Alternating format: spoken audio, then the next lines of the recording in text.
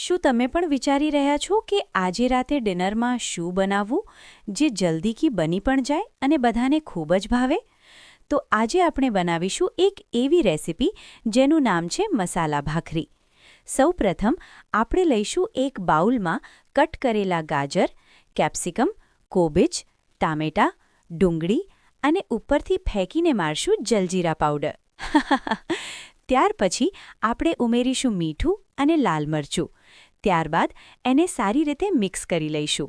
ત્યારબાદ આપણે ઘઉંના કરકરા લોટની અંદર તેલ અને મીઠું એડ કરીશું અને થોડું થોડું પાણી એડ કરતા જઈ લોટ બાંધી લઈશું.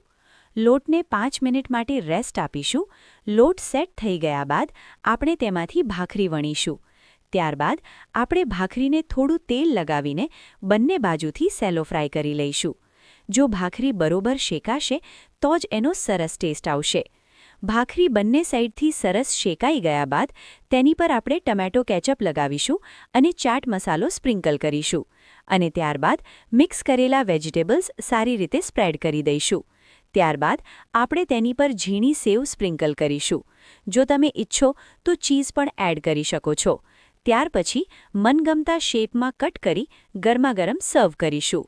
તો આ રેડી છે આપણો દેશી કાઠિયાવાડી પિઝા, જેને તમે બાળકોના લંચ બોક્સમાં આપી શકો છો. કોઈ ઇવનિંગ સ્નેક્સ અથવા તો કોઈ પાર્ટી હોય તો એમાં પણ સર્વ કરી શકીએ છીએ, કેમ કે આ રેસીપી ઇઝીલી બની જાય છે. જો તમને મારો આ વિડીયો ગમ્યો હોય તો મારા વિડીયોને લાઇક કરો, શેર કરો